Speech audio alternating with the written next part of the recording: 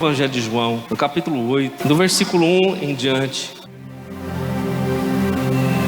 Jesus, porém, foi para o Monte das Oliveiras, e pela manhã cedo tornou para o templo, e todo o povo vinha ter com ele, e assentando-se, os ensinava. E os escribas e fariseus trouxeram-lhe uma mulher apanhada em adultério, e pondo-a no meio, disseram-lhe: Mestre, esta mulher foi apanhada no próprio ato adulterando, e na lei nos mandou Moisés que as tais sejam apedrejadas. Tu, pois, que dizes? Isso diziam eles, tentando-o. Preste atenção para essa palavra aqui, querido. Tentando-o, para que tivessem de que o acusar. Mas Jesus, inclinando-se, escrevia com um dedo na terra. E como insistissem, perguntando-lhe, endireitou-se e disse-lhes: Aquele que dentre vós está sem pecado, seja o primeiro que atire pedra contra ela. E tornando a inclinar-se, escrevia na terra. Quando ouviram isto, redarguidos da consciência, saíram um a um, a começar pelos mais velhos, até os últimos. Ficou só Jesus e a mulher que estava no meio.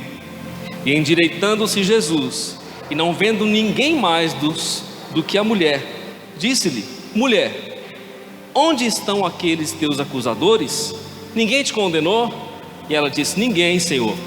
E disse-lhe Jesus: Nem eu também te condeno. Vai-te e não peques mais. Eu quero ler o versículo 12 também. E falou-lhes, pois, Jesus outra vez, dizendo: Eu sou a luz do mundo. Quem me segue não andará em trevas, mas terá a luz da vida. Amém? Jesus, ele tinha subido ao Monte das Oliveiras para orar. Quando nós lemos o texto, versículo 1 diz: Jesus, porém, foi para o Monte das Oliveiras, e pela manhã cedo tornou para o templo, e todo o povo vinha ter com ele, e assentando-se, os ensinava. Jesus subiu ao Monte das Oliveiras. Ele passou a noite em oração. Ele passou a noite buscando a presença do Pai. Ele passou a noite em uma comunhão com Deus. Quando Jesus pela manhã desce do monte, ele vai ao templo. E o propósito do Senhor é de estar no templo para ensinar, para falar do reino, para expor as verdades espirituais. E naquele dia em especial aconteceu algo, querido, tentador contra ele. Como já era de costume, de praxe, os fariseus o tentar, buscar alguma coisa para tentar acusá-lo, incriminá-lo. E a Bíblia diz que Jesus, assentando-se, os ensinava. E os escribas e fariseus trouxeram uma mulher apanhada em adultério. Alguém viu aquela mulher adulterando. Chamaram os escribas e fariseus. Foram lá, pegaram no flagrante. A mulher estava adulterando. Interessante que eles pegam essa mulher e eles levam a mulher adúltera a Jesus, que está ensinando no templo. E o propósito deles era tentar Jesus. Interessante que eles não pegam um homem, eles pegam uma mulher. Cadê o adúltero da história? Não aparece, só aparece a mulher. Mas tudo bem, pega a mulher e leva para Jesus. E o desenrolar da história se dá da seguinte forma: os escribas e fariseus trouxeram uma mulher apanhada em adultério, e pondo-a no meio, disseram-lhe: Mestre, esta mulher foi apanhada no próprio ato adulterando. Colocaram a mulher no lugar de destaque, no meio. Irmão, preste atenção nos detalhes. Quando na Bíblia você vê nos evangelhos que alguém está sendo colocado no meio, é porque Deus vai fazer uma obra. Jesus entrou na sinagoga e tinha uma mulher há 18 anos encurvada por causa de um espírito de enfermidade. 18 anos. A mulher andava curvada, olhando para baixo. Ela não conseguia levantar. Havia um espírito de enfermidade que subjugava aquela mulher. Mas Jesus naquele dia entra na sinagoga para ensinar. Irmão, valorize cada culto que você vier, porque em cada culto que nós estamos celebrando a Deus, Deus está nos ensinando. Todos os momentos que nós nos reunimos na presença de Jesus, nós seremos ensinados. E Jesus entra na sinagoga para ensinar, e ele começa a falar. Ele olha para aquela mulher, ele olha para a mulher e diz: Mulher, venha para o meio. A mulher sai e vem para o meio. Jesus toca nela, a Bíblia diz que ele repreende o espírito de enfermidade. E por causa disso há um transtorno dentro daquela sinagoga. Eles não aceitavam que Jesus a curava por causa do sábado. Havia uma ignorância, havia uma falta de sensibilidade, de amor, uma hostilidade no coração dos religiosos. E Jesus disse para ele: olha, será que não seria lícito libertar uma filha de Abraão, que há 18 anos Satanás a mantinha num cativeiro espiritual? A mulher foi para o meio, querido. Jesus libertou ela na mesma hora.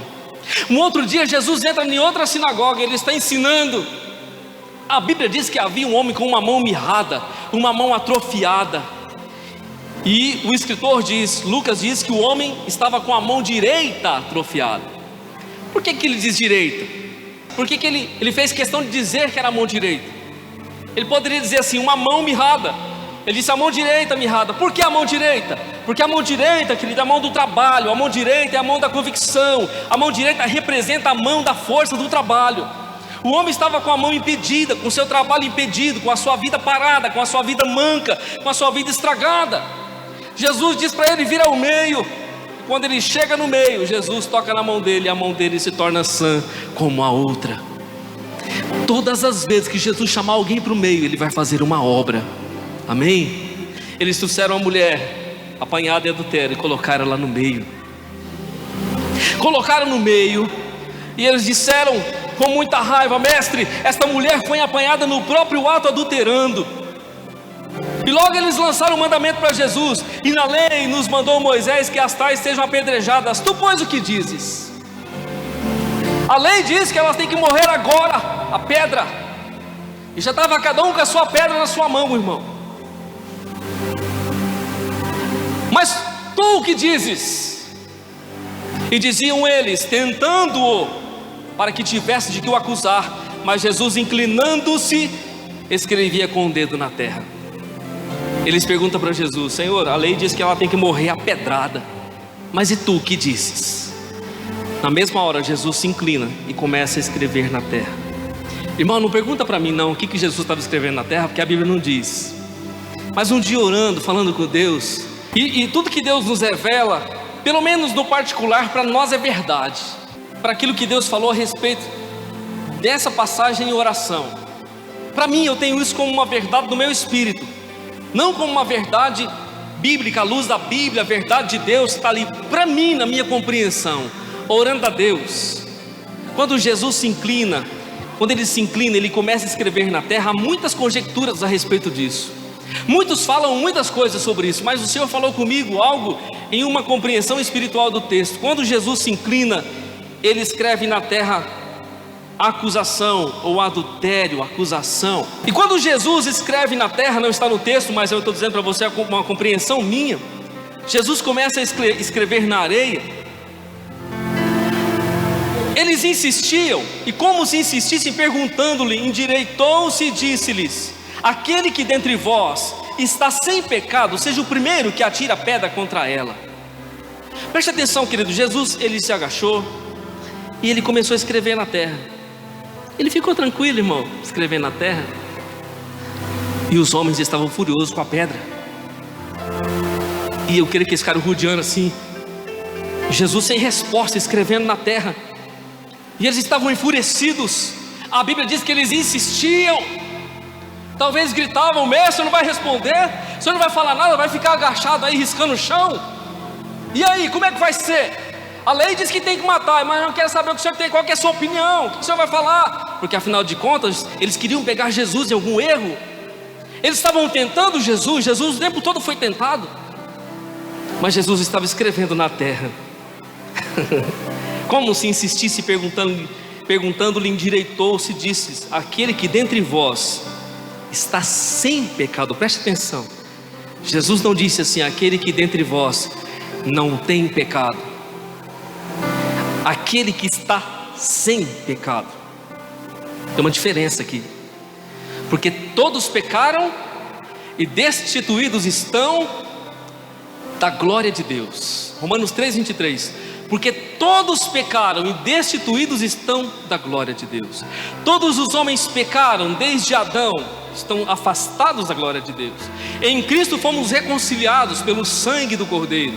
chegamos mais perto, fomos perdoados, justificados, regenerados, encontramos salvação. Agora Jesus disse para eles: aquele dentre vós que está sem pecado, seja o primeiro a atirar a pedra, seja o primeiro a lançar a pedra, seja o primeiro a confrontar essa mulher. E sabe, querido, que a história diz que aqueles que estavam acusando também tinham cometido o mesmo pecado. Há uma frase que nós dizemos assim: quem acusa, usa. Quem acusa, usa. Esse dedo aponta e tem mais 3 dedos apontando para trás. Jesus disse assim: aquele que dentre vós está sem pecado, atire a primeira pedra. E tornando a inclinar-se, escrevia na terra. Jesus nos respondeu, abaixou-se novamente. Eu creio que ele apagou o que ele tinha escrito, acusação, adultério. E ele escreve novamente: perdão e salvação. Jesus se levanta. Eles ouvindo isso, Jesus se inclina novamente, apaga, creio eu, não está na Bíblia, apaga e escreve perdão, salvação. Enquanto isso está acontecendo, Jesus está abaixado novamente. Quando ouviram isto, quando Jesus havia dito sobre o pecado, redarguiram-se as suas consciências. A palavra de Jesus entrou como uma flecha, como uma espada de 2 fios, entre juntas e medulas, alma na consciência daqueles homens. A espada de Deus entrou lá no íntimo, mais profundo das suas almas, os confrontando na sua realidade, porque eles estavam acusando aquela mulher, mas daquilo que eles mesmos haviam feito, do seu próprio pecado e da sua própria mazela. A Bíblia diz que a sua consciência foi afetada pela palavra de Jesus. Saíram um a um, começando pelos mais velhos até os últimos, até os mais novos. Porque os mais velhos, irmão, sugerem que quem viveu mais pecou mais, né? Quem ainda viveu menos ainda tem menos pecado, mas quem viveu mais, irmão, já viveu um pouco mais para pecar um pouco mais. Os mais velhos foram mais contraditados, os mais velhos foram mais confrontados, então eles saíram primeiro, ficaram envergonhados primeiro. Tipo assim, não vai dar, não tem jeito com Jesus. Como é que vai ser? Eu também tenho pecado, eu também cometi o mesmo ato um dia, eu fiz a mesma coisa um dia, eu também tenho culpa na minha alma, eu não sou puro totalmente. Quem sou eu para julgar alguém? Quem sou eu para apontar alguém? Quem sou eu para apontar para ela mesmo que ela foi pega adulterando? Saíram dos mais velhos aos mais novos, ficou só Jesus com a mulher que estava no meio. Jesus está na terra, irmão. Quando nós escrevemos de lápis, há a possibilidade de apagar, não há?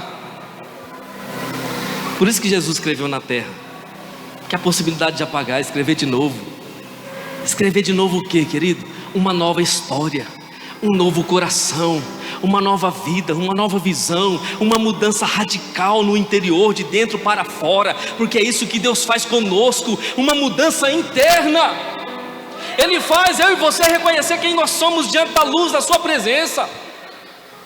Jesus está inclinado, os homens vão saindo, lançando as pedras no chão, um por um, e vão indo embora. E quando Jesus se levanta,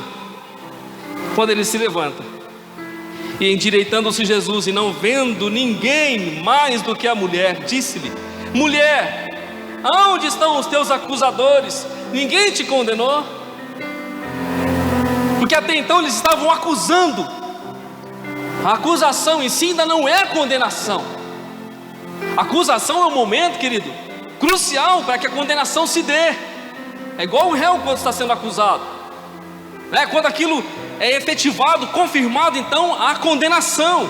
Aquela mulher praticamente já era condenada porque foi pega no ato. Mas Jesus pergunta para ela: mulher, cadê os teus acusadores? Ninguém te condenou? A mulher responde para o Senhor, e disse ela: ninguém, Senhor. E Jesus disse: nem eu também te condeno, vai-te e não peques mais. Falou-lhes, pois, Jesus outra vez, dizendo: eu sou a luz do mundo, quem me segue não andará em trevas, mas terá a luz da vida. Jesus diz para ela: mulher, você tem uma chance de viver uma nova vida. Você tem uma chance de andar de cabeça erguida. Porque eu, em outras palavras, que poderia te condenar, te acusar e te condenar, eu não te condeno. Em outras palavras, eu te perdoo, eu te absolvo, eu te abençoo, eu te curo, eu te saro, eu te restauro. Porém, a partir de agora, a partir desse momento de hoje, a sua vida vai mudar. Não peques mais, não cometa mais esse crime, não faça mais isso. Tenha uma nova vida pela frente. E Jesus segue dizendo: eu sou a luz do mundo. Eu sou a luz do mundo. Quem me segue não andará em trevas, mas terá a luz da vida. Jesus estava dizendo agora, de agora em diante: segue-me, porque me seguindo você terá a luz da vida. Você não vai andar mais em trevas. Você não vai andar mais no caminho tenebroso. Você não vai cair mais nas ciladas do diabo. Você não vai mais ser enganada. Você não vai ser mais rejeitada, porque você vai estar caminhando na luz. 1 Coríntios 11, 31 e 32 diz assim: porque se nós julgássemos a nós mesmos, não seríamos julgados, mas quando somos julgados, somos repreendidos pelo Senhor, para não sermos condenados com o mundo. Porque se nós julgássemos a nós, aponta assim para você, porque se nós julgássemos a nós mesmos, não seríamos julgados. Se nós julgássemos a nós mesmos, mas quando somos julgados, somos repreendidos pelo Senhor. A Bíblia diz que eu e você devemos nos julgar a nós mesmos, não a outrem, a nós mesmos. Jesus disse em Mateus 7, do 1 ao 5: não julgueis, para que não sejais julgados, porque com o juízo com que julgardes, sereis julgados, e com a medida que estiverdes medido, vos hão de medir a vós. Por que reparas tu no argueiro que está no olho do teu irmão, e não vês a trave que está no teu olho? Ou como dirás a teu irmão: deixa eu tirar o argueiro do teu olho, estando uma trave no teu? Hipócrita, tira primeiro a trave do teu olho, então cuidarás em tirar o argueiro do olho do teu irmão. Nós estamos diante da luz de Deus. Nós temos a lei de Deus que confronta a nossa alma e nos faz julgar a nós mesmos. Nós temos a palavra de Deus, que é uma lâmpada acesa diante do nosso espírito, e confusão nenhuma ficará por lá, se a luz da palavra está naquele lugar.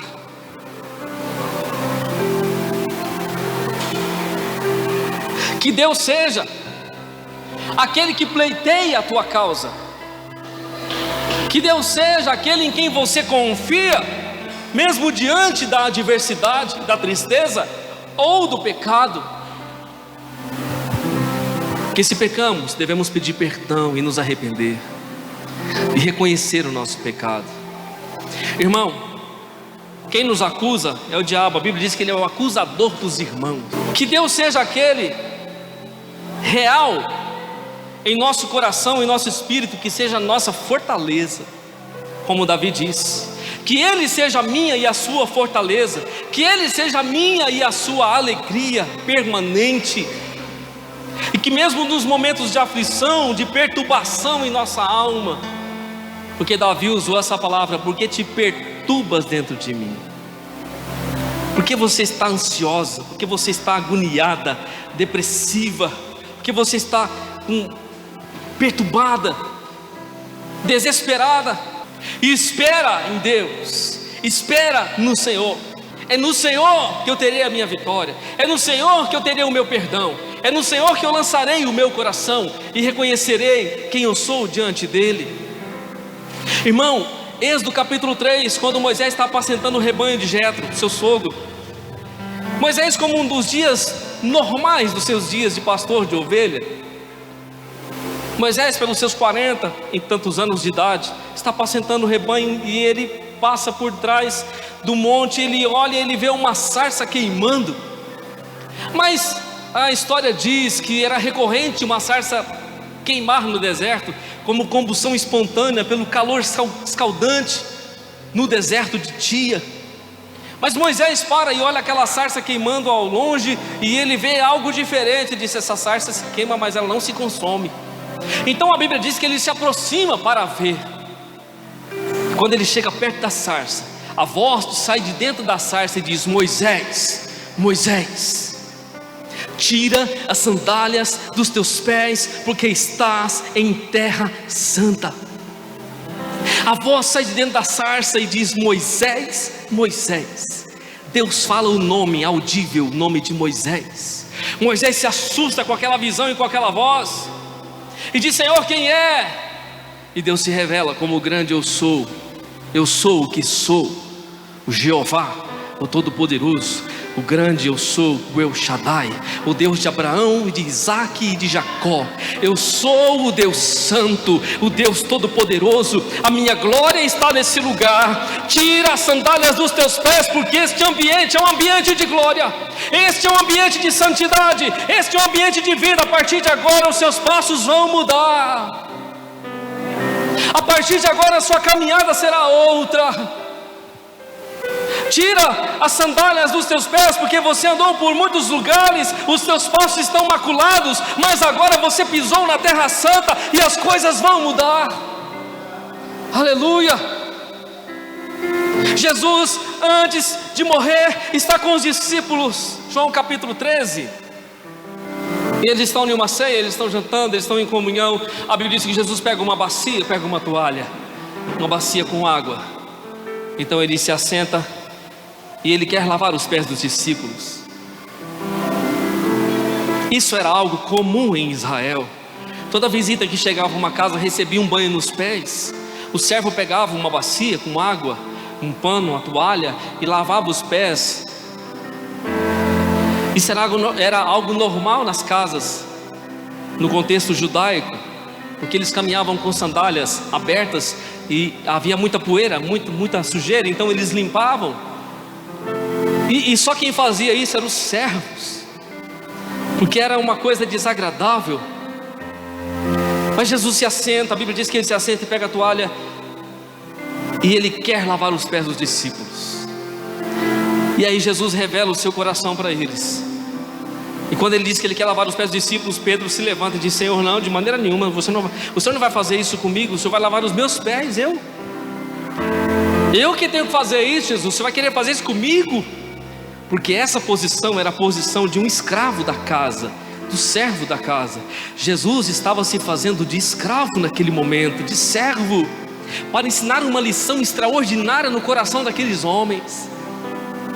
E Pedro retruca: não, eu que vou lavar. Jesus disse: não, você não vai lavar, eu que vou lavar. Porque se eu não lavar os teus pés, você não tem parte comigo, você não faz parte da minha aliança, eu que vou lavar os teus pés. Aí Pedro disse: então me dá um banho, Jesus, lava minha cabeça, me lava tudo, me dá um banho. Jesus disse: não, vós já estáis limpos pela palavra que eu vos tenho falado. A minha palavra já está limpando você. Eu só preciso limpar o seu pé, sabe por quê?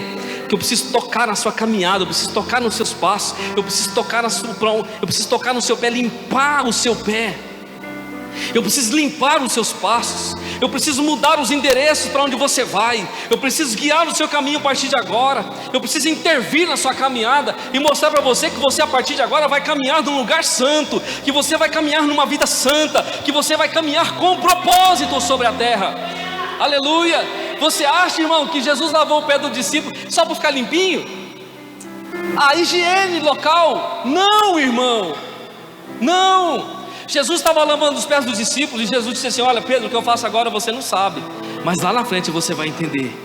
Agora você não compreende o que eu estou fazendo, mas daqui uns dias pode ficar tranquilo, você vai entender o que eu estou fazendo. Sabe por quê? Porque a partir dali, meu irmão, muitas coisas iriam mudar. Quando Jesus toca no nosso pé, irmão, as coisas mudam. Amém? Quando Deus disse para Moisés: Moisés, agora a partir de agora, ó, acabou. Agora, a partir de agora, acabou. Você pisou num lugar santo, você pisou no mesmo ambiente onde Deus estava, você pisou no mesmo ambiente, no mesmo local aonde Ele estava. Significa que a glória dEle, a santidade dEle, a vida dEle vai mudar a sua vida, e vai ser de uma vez por todas. Nunca mais você será o mesmo.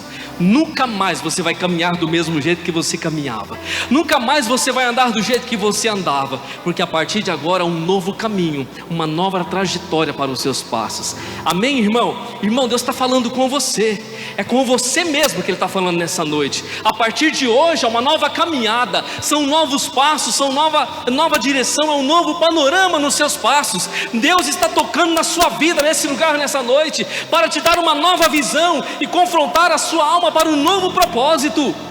Aleluias! Nós estamos diante dessa aliança do perdão, querido. Amém? Nós estamos diante da aliança do perdão. A Bíblia diz que não há mais condenação para aqueles que estão em Cristo Jesus. Se alguém está te julgando, se alguém está te condenando, essa pessoa ela mesma está se condenando a si mesma, porque nós não podemos julgar a ninguém, nós não podemos acusar a ninguém, esse não é o nosso papel. Mas se alguém está fazendo isso, querido, Deus, que é o justo juiz, que não toma culpado por inocente, irá intervir com relação a essa pessoa e com relação à sua vida. Se o teu coração te condena nessa noite, se você falou algo e sabe que você está em dívida com Deus e sente uma acusação na sua alma, ou do inferno, nessa noite é uma noite que você vai se render ao Senhor e vai pedir perdão e vai reconhecer o seu pecado. Amém?